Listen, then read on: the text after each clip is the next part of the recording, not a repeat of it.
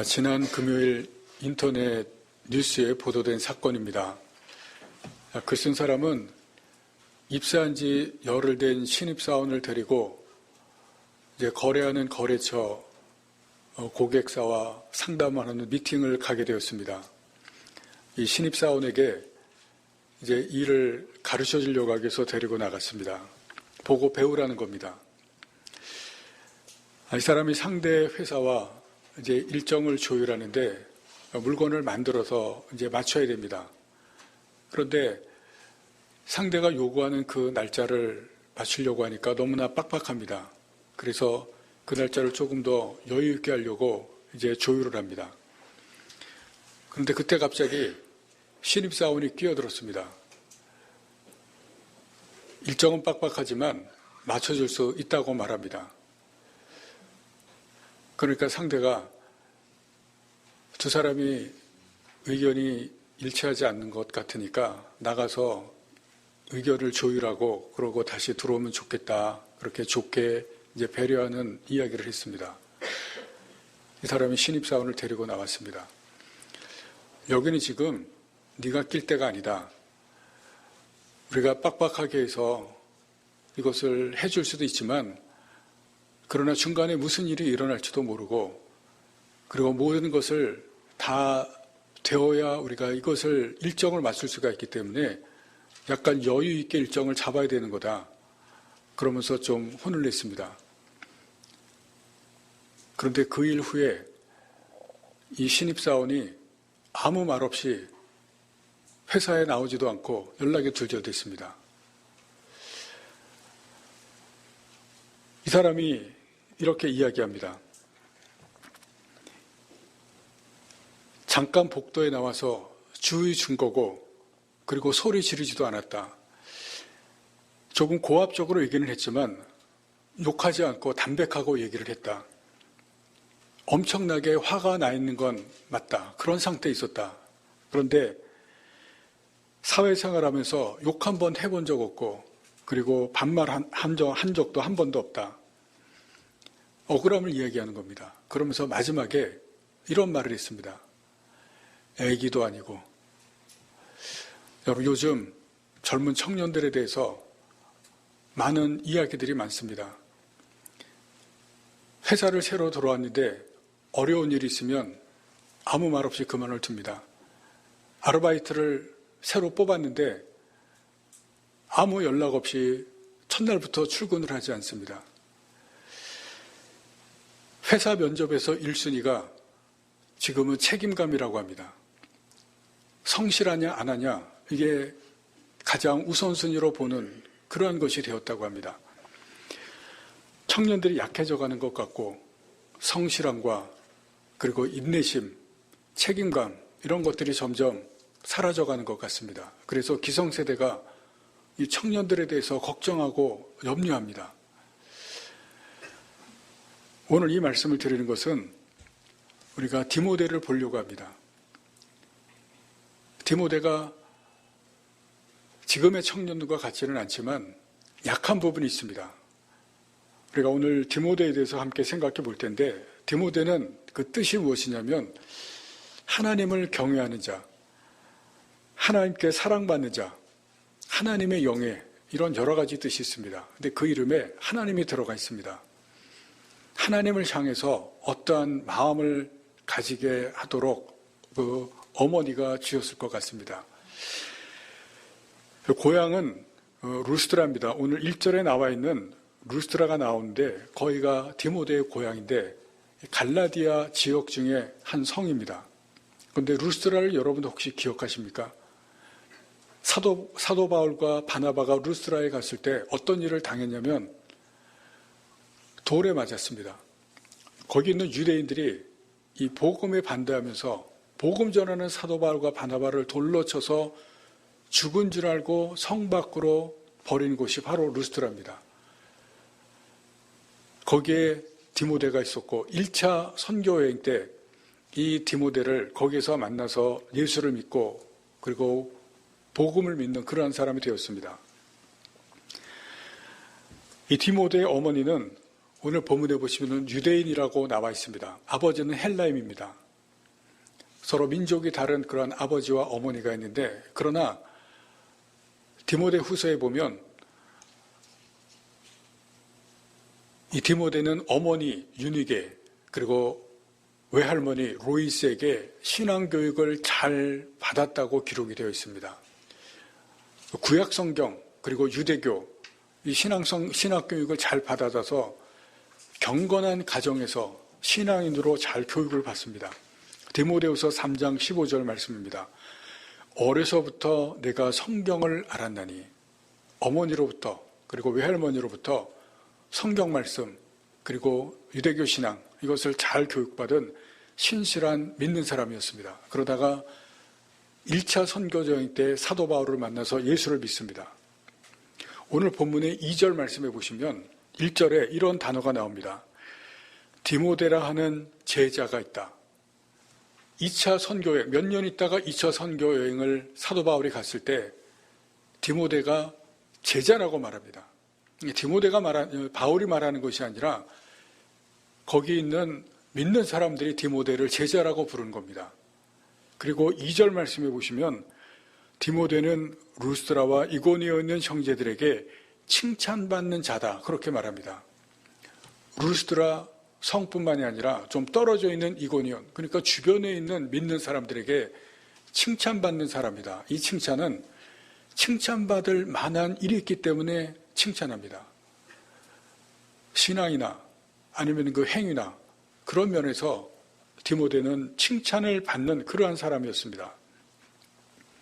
그 사람을 2차 선교여행 때 여기서 사도 바울이 다시 만나서 디모데를 데리고 그 다음부터 2차 선교여행을 같이 갑니다. 3절을 보시겠습니다.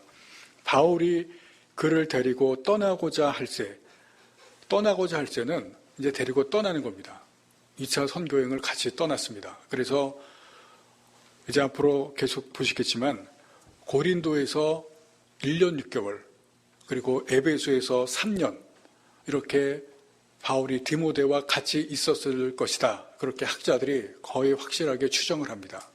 오랜 기간 동안 같이 있으면서 선교 사역을 같이 합니다. 그래서 디모데는 바울에게는 동역자가 됩니다. 그리고 바울이 나중에 디모데 후서, 그가 마지막 쓴 책인데 이제 죽을 때가 가까워서 가장 보고 싶은 사람, 바로 디모데입니다. 그래서 디모데를 오라고 하는 것을 볼 수가 있습니다. 디모데의 성격을 보면 디모데는 굉장히 내성적인 성격인 것을 성경에서 볼 수가 있습니다. 사람들 앞에 나서는 것을 부끄러워하고 그리고 복음을 전할 때도 부끄러움이 많았던 것 같습니다. 그리고 육체적으로도 약한 사람이었습니다. 디모데전서 5장 23절 말씀해 보시면 바울이 디모데에게 이렇게 권합니다. 이제부터는 물만 마시지 말고 내 비위와 자주 나는 병을 인하여 포도주를 조금씩 쓰라. 자주 나는 병이라고 이렇게 나와 있는데 비위라고 하는 것을 보면 학자들은 아마 위장병이 있을 것이라고 생각을 합니다. 소화가 잘 안 되고 위에 문제가 자꾸 일어나는 그런 일이 있는 아주 신체적으로도 약한 사람입니다. 한마디로 하면 디모데는 약한 사람이다. 정신적으로도 약하고 그리고 육체적으로 약한 그러한 사람이 바로 디모데였습니다. 그런 디모데를 사도 바울이 자기의 믿음의 아들로 삼습니다.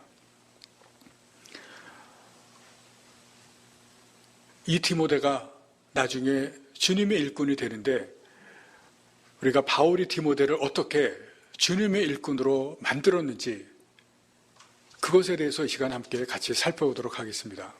첫 번째는 바울이 디모데를 믿음의 아들로 가르치고 만들어 갑니다. 사람들마다 어떤 높은 스승은 제자들을 가르치는 방법이 있습니다. 공자가 자기 제자들을 가르친 방법을 이렇게 설명하는 사람이 있습니다. 한자로 불분불개라고 합니다. 분발하지 않으면 계도하지 않는다는 뜻입니다. 무슨 얘기냐면 스스로 터득하려고 애쓰는 사람에게 그런 사람에게 스승이 가르침을, 미묘한 것을 가르쳐서 이치에 도달하게 한다는 것입니다. 반대로 배우려고 하지 않으면 가르쳐주지 않는다는 겁니다. 스스로 배우려고 분발하고 노력할 때 스승이 가르쳐준다. 그것이 공자의 가르치는 방법이라는 겁니다. 공자는 제자들이 절실할지까지 기다렸다고 합니다. 어떤 것을 배우려고 절실한 마음, 절실한 태도, 그것이 있을 때 그때 비로소 가르쳤다는 겁니다. 그런 마음이 없으면 가르침을 주지 않았다는 겁니다. 제자들이 한 사람 한 사람 제자들의 태도를 보고 그리고 자세를 보고 정말 저걸 배우려고 절실한가, 그것을 보았을 때 비로소 가르쳤다는 겁니다. 이렇게 하는 것은 그 절실함을 가지고 가르쳐 줄 때 그때야 비로소 배운 것을 확실하게 알기 때문에 그렇습니다. 그리고 나서 공자가 그 다음 것을 가르쳐 주었습니다. 이 답답함의 정점에 이를 때, 거기에는 효과가 있는데 무엇이냐면 답답함이 정점에 이를 때 깨달음이 봇물 터지듯이 터지기 때문에 그렇습니다. 여러분도 그런 경우가 있지 않습니까? 뭐를 굉장히 알고 싶은데 답답한데 알 수가 없는데 책을 통해서 알든지 아니면 누가 가르쳐주든지 그것을 가르쳐주면 갑자기 뭔가가 확 열리는 그런 경우가 있습니다. 공자가 그런 식으로 가르쳤다는 겁니다. 귀하게 알게 된 것이 확고해집니다. 확실하게 알게 된다는 것입니다. 여러분, 지금 교육의 문제는 쉽게 얘기하면 진도를 나가는 겁니다. 교사들이 어렵게 배우고 터득한 것을 진도에 따라서 가르칩니다. 그래서 배우는 학생들이 내가 뭐를 알고 뭐를 모르는지 잘 모릅니다. 유명 과외 선생님한테 배우고 그리고 선행학습을 하고 열심히 공부시키는 그런 가정 또는 그런 학교에 들어가게 되면 더 많이 알고 더 잘 배웁니다. 그렇지 않은 학생들은 내가 지금 뭘 배우고 뭘 알고 뭘 모르는지를 잘 모릅니다. 그런 학교들이 대부분입니다. 교회에서 가르치면 더 문제입니다. 교과서 진도가 있는 것이 아닙니다. 초등학교 수학, 초등학생들이 배워야 될 것을 다 정해놓고 책으로 만들었습니다. 그것을 배우면 중학교에 올라가서 중학교 수학을 배웁니다. 중학교 수학을 배우면 고등학교에서 고등학교 수학을 배웁니다. 또 대학교에서 수학이 필요하면 더 높은 과정의 수학을 가르칩니다. 단계별로 가르치는 정도가 있고 또 교과서가 있고 그것을 마치면 한 단계 한 단계 올라갑니다. 여러분, 그런데 신앙은 어떻습니까? 여러분, 신앙생활 오래 하셨는데 어떤 단계가 있습니까? 물론 초신자가 공부를 합니다. 또 성경 공부하는 것도 있습니다. 그런데 계속해서 학교에 과정이 있는 것처럼 교과서가 있는 것처럼 그렇게 계속해서 하나가 끝나면 믿음이 이제 1단계가 됐고 그리고 그것이 끝나면 이제 2단계 올라가고 2단계 과정 3단계 이런 믿음의 과정이 아닙니다. 이 신앙생활을 하는 것은 그래서 힘든 것이 있습니다. 설교를 많이 듣습니다. 제 설교도 듣지만 방송에도 설교를 듣고 다른 목사님 설교도 들으실 겁니다. 성경도 계속 읽습니다. 올해도 읽고 우리는 내년도 읽을 것입니다. 또 여러분들이 성경 공부도 할 것입니다. 여러분, 그런데 많이 듣고 계속 읽고 그리고 공부를 계속하면 지금까지 우리가 신앙생활을 그렇게 해왔기 때문에 그렇게 하면 거기에 결과가 무엇이냐면 내가 안 것처럼 생각을 합니다. 그것은 내가 아는 것이라고 생각합니다. 성경에 대해서, 기독교에 대해서 어떤 것을 가르치는 것에 대해서 많이 들었기 때문에, 배웠기 때문에 안다고 생각합니다. 여러분, 그런데 그것이 정말로 아는 것일까? 그것이 정말로 내 것이 된 것입니까? 여러분, 이 부분에 대해서 우리가 생각해 볼 것이 있습니다. 기독교는 스스로 깨닫게 하는 것이 아닙니다. 공자를 말씀을 드렸는데 공자는 그 가르침의 방법의 핵심이 무엇이냐면 스스로 깨닫게 하는 것입니다. 간절함을 갖게 하고 자기가 알지 못하는 것을 간절한, 절실한 그 상태까지 오게 해서 거기에서 가르쳐주면은 스스로 깨닫는 겁니다. 소크라테스도 마찬가지입니다. 소크라테스의 질문법 아시죠? 계속 질문해서 스스로 깨닫고 스스로 알게 하는 것입니다. 그게 핵심입니다. 공자나 소크라테스나 스스로 깨닫게 하고 알게 하려고 하는 것이 가르침의 방법의 핵심입니다. 여러분, 그런데 기독교는 다릅니다. 기독교는 스스로 깨닫고 스스로 아는 것이 아닙니다. 성경을 많이 읽고 계속 읽었다고 해서 아는 것이 아닙니다. 설교를 많이 듣고 많이 배웠다고 해서 아는 것이 아닙니다.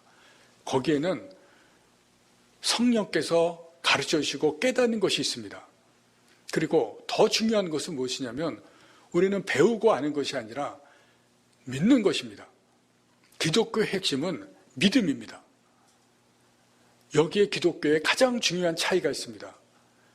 우리가 아무리 배워도 아무리 들어도 믿지 않으면 소용이 없습니다. 그리고 그 믿음이 얼마나 굳건한 믿음이냐 하는 것에 따라서 우리의 신앙의 모습이 달라집니다. 그 믿음은 머리로 하는 것이 아니라 마음으로 하는 것입니다. 가슴으로 믿는 것입니다. 마음대로 되는 것이 아닙니다. 여러분 가족들에게 신앙생활 하기를 정말로 간절히 원하는데, 예수 믿기를 간절히 원하는데 잘 안 됩니다. 왜 그런지 아십니까? 지식으로 되는 것이 아니라 마음으로 되는 것이기 때문에 그렇습니다. 그 마음을 하나님께서 감동시켜 주시고 성령께서 감동시켜 주셔야 믿음이 거기에 생기기 때문에 그것이 힘든 겁니다. 마음의 문제입니다. 마음은 사람이 어떻게 할 수가 없습니다. 여러분 자녀들 마음대로 안 되죠. 마음이 들어갑니다. 마음대로 안 됩니다. 사람의 마음을 사람이 어떻게 할 수가 없기 때문에 그렇습니다. 기독교의 핵심은 믿음입니다. 마음으로 믿는 것이기 때문에 공자의 가르침과 소크라테스의 가르침과 다른 어떤 가르침과는 완전히 다르다고 하는 것을 우리가 성경을 통해서 볼 수가 있습니다. 여러분, 그런데 사도 바울이 디모데에게 가르치되 믿게 했습니다. 디모데는 그것을 믿음으로 다 받아들였습니다. 그래서 사도 바울이 디모데에게 하는 성경에 아주 중요한 표현이 있습니다. 믿음의 아들이라고 합니다. 믿음의 아들로 사도 바울이 디모데를 만들어가는 것입니다. 내 믿음의 아들이다. 사랑하는 믿음의 아들, 이 표현이 많이 나옵니다.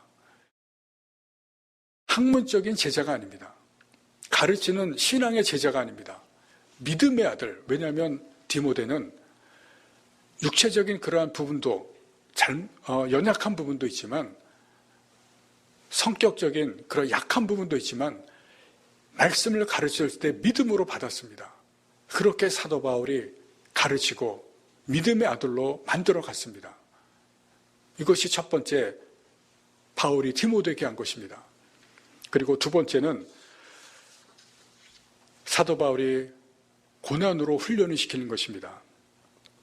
말씀드린 대로 바울에게 디모데는 정말 사랑하는 아들입니다. 왜냐하면 아시는 것처럼 바울은 독신입니다. 결혼을 하지 않았습니다.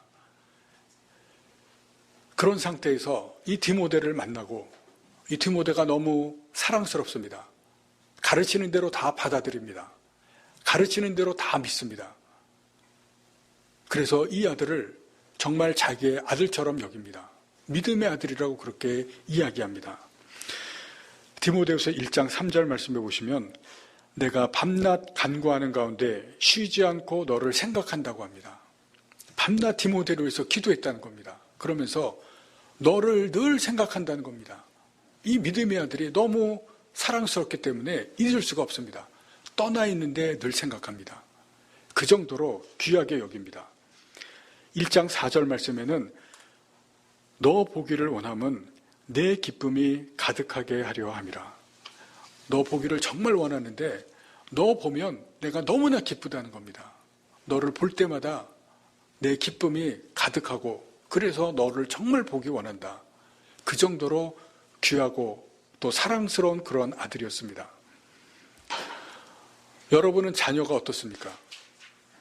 여러분 자녀들 귀하지 않습니까? 여러분 부모들은 여러분이 귀해서 여러분이 원하는 것 많이 해주었을 것입니다. 좋은 것 많이 해줬을 것입니다.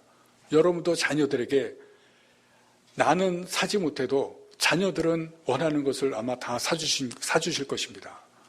사도 바울도 디모데에게 그런 사랑스러운 아들이었습니다. 믿음의 아들입니다.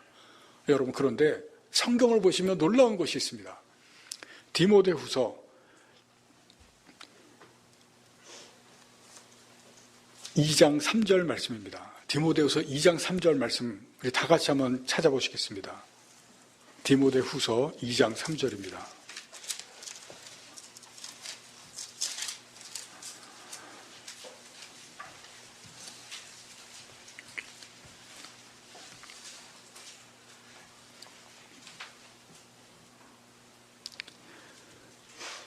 다 같이 읽겠습니다. 너는 그리스도 예수의 좋은 병사로 나와 함께 고난을 받으라. 여러분 뭐라고 말합니까? 고난을 받으라고 이야기합니다. 여러분 좋은 아들, 사랑스러운 아들, 이 믿음의 아들, 이 아들에게 좋은 것을 해주는 것이 아니라 고난을 받으라고 말합니다. 여러분 얼마나 놀라운 이야기인지 모릅니다. 자기의 자녀에게 부모라면 누구나 다 좋은 것을, 귀한 것을 해줘야 되는데 사도 바울은 믿음의 아들로 그렇게 생각한 이 사랑스러운 아들에게 고난을 받으라고 말하고 고난의 현장으로 보냅니다. 아까 말씀드린 대로 고린도에서 1년 6개월, 에베소에서 3년을 지내는 동안에 바울이 디모데를 여러 곳으로 파송을 보냅니다. 데살로니가, 빌립보, 고린도 이런 지역에 파송을 보냅니다. 같이 가는 것이 아니라 디모데를 혼자 보냅니다. 아니면 다른 사람하고 같이 보냅니다. 특히 사도 바울이 로마 감옥에 있을 때 한 예를 들면 디모데를 빌립보로 보냅니다. 그런데 로마에서 빌립보 가는 그 시간은 아시는 것처럼 그때는 다 걸어갑니다.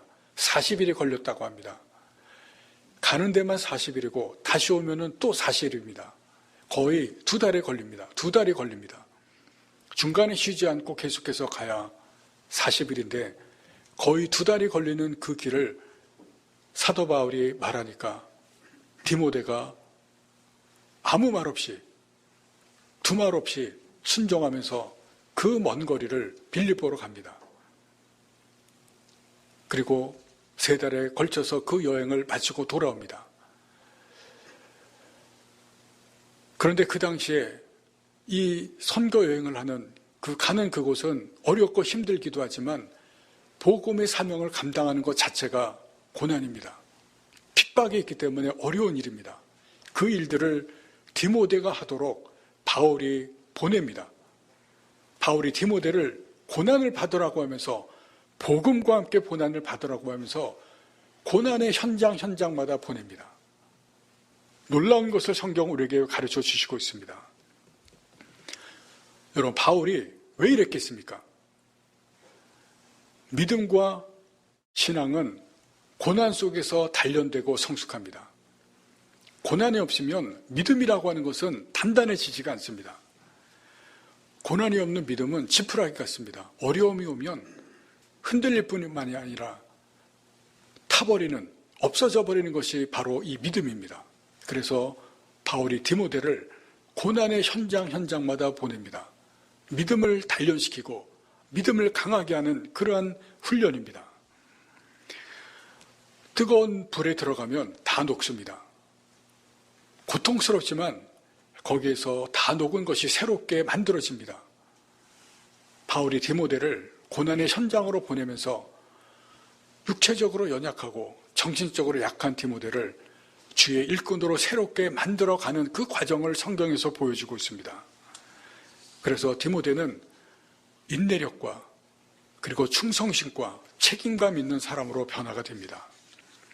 여러분 우리에게도 어려움이 있고 고난이 있습니다. 없는 사람이 없습니다. 또 어떤 일이 당할지 알 수가 없습니다. 우리를 단련시키는 과정입니다. 믿음을 단련시키는 과정입니다. 우리를 믿음을 단련시켜서 우리를 믿음의 자녀로 만드시는 과정입니다. 주님께서 우리의 선생이 되시고 스승이 되시고 우리를 믿음의 아들로 믿음의 자녀로 만드시는 과정입니다. 잘 이겨내셔서 강한 믿음, 든든한 믿음으로 어려움이 와도 흔들리지 않는 그러한 믿음의 사람들이 되시기를 바랍니다. 그리고 세 번째로 바울은 디모데에게 자리가 아니라 사명을 주었습니다. 바울은 믿음의 아들이라고 특별한 것을 준 것이 아닙니다. 지금 큰 교회 목사님들이 담임 자리를 자녀들에게 세습으로 줍니다. 자리를 주는 겁니다. 그런데 바울은 디모데에게 사명을 줍니다. 복음의 일을 감당하는 사명. 주님께서 자기에게 주신 그 사명을 바울도 디모데에게 줍니다. 디모데는 나중에 에베소 교회의 담임 목사가 됩니다. 젊은 나이에 담임 목사가 됩니다. 그래서 마지막에 사도 바울이 디모데 후서에서 죽음을 앞두고 자기가 이제 죽을 것을 알고 디모데를 오라고 합니다. 빨리 오라고 하는데 그때 디모데가 에베소 교회의 담임 목사로 있었습니다. 젊지만 담임 목사입니다. 여러분, 그런데 그것은 자리가 아닙니다. 사명을 감당하는 곳입니다. 주신 사명을 감당하는 것이지 지금과 같은 권세를 누리는 자리가 아닙니다. 사도 바울과 같이 자기의 믿음의 아버지와 같이 똑같은 길을 걸어가라고 사명을 주신 자리입니다. 자리를 받으면 지키려고 합니다. 그러나 사명을 받으면 목숨을 다해서 감당하려고 합니다. 다릅니다. 디모데에게 사명을 주되 우리가 본 것처럼 디모데가 강해서 준 것이 아닙니다. 디모데는 다 약한 사람입니다. 그런데 그런 사람에게 사명을 주었습니다. 약하지만 하나님께서 쓰시고 주님께서 쓰시는 겁니다.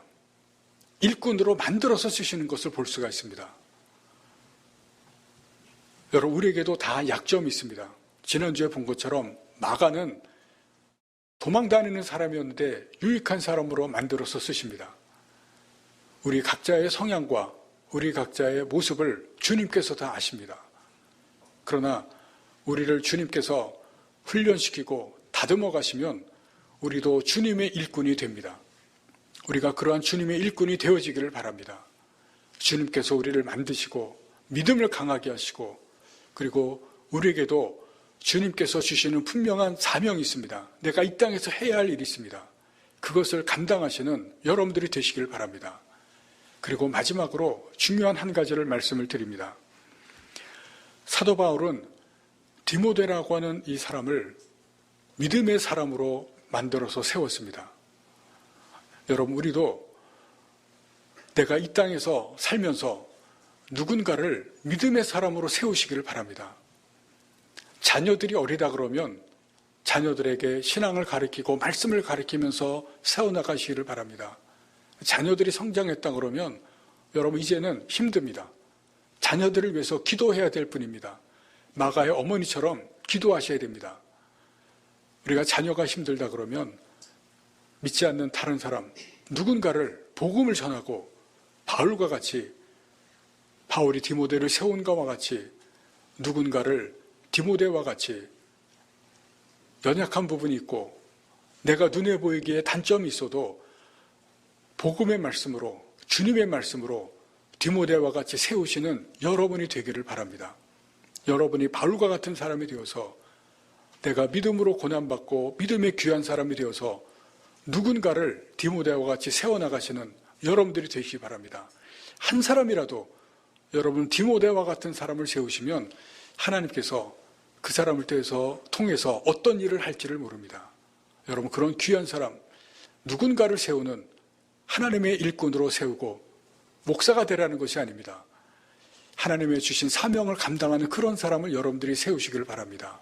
하나님의 나라를 확장시키는 그런 귀한 사람이 될 때에 여러분, 우리가 하나님의 귀한 일을 감당하는, 또 하나님께서 세우신 일을 감당하는 그런 사람이 될 것입니다. 기도하시겠습니다.